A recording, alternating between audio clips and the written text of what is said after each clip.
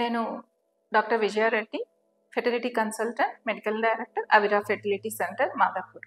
IVF అంటే in vitro fertilisation. IVF ద్వారా conceive అవ్వడం అన్నది ఈ రోజున్న మన సొసైటీలో కామన్ అయిపోయింది. ఎందుకంటే డిలేడ్ మ్యారేజెస్, ఫ్యామిలీ ఫెర్టిలిటీ అనేది కూడా పోస్ట్ మ్యారేజ్ కూడా డిలే చేస్తున్నారు. సో ఎందుకంటే ఫీమేల్ మేల్ ఎక్కువగా ఎడ్యుకేషన్ ఓరియంటెడ్, కెరీర్ ఓరియంటెడ్ ఉంటున్నారు కనుక వాళ్ళు సంతానం గురించి ఆలోచించేసరికి కొంత వయసు అనేది గడుస్తుంది.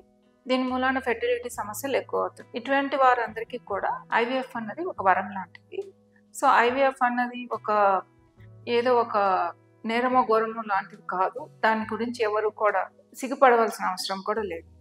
సో ఐవీఎఫ్ ద్వారా మనకి ఫస్ట్ కన్సీవ్ అయిన బేబీ ఈమంత ఈరోజు ఇంత ఏజ్లో అంటే ఐవీఎఫ్ విధానం అన్నది అంత అడ్వాన్స్ అయిందనమాట.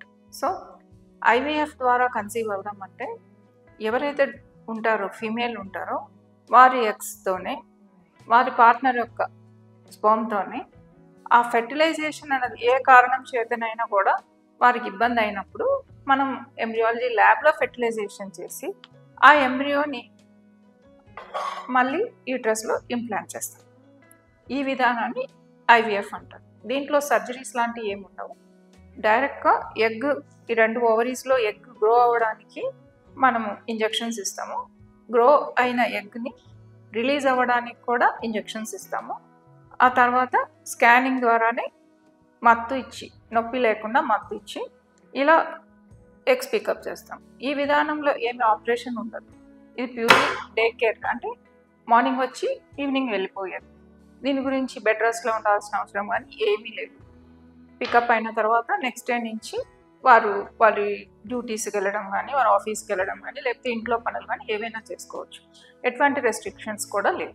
తర్వాత బేబీస్ హ్యాచ్ అయిన తర్వాత వాళ్ళ ఎండోమెట్రియం అంటే లైనింగ్ అనమాట, లోపల ఉండే లైనింగ్, లోపల పొర, ఇది ఎప్పుడైతే అనుకూలంగా ఉంటుందో అప్పుడు ఆ బేబీస్ని మనం మళ్ళీ ఇంప్లాంట్ చేస్తాం. దీనికైతే మత్తు కూడా అవసరం లేదు.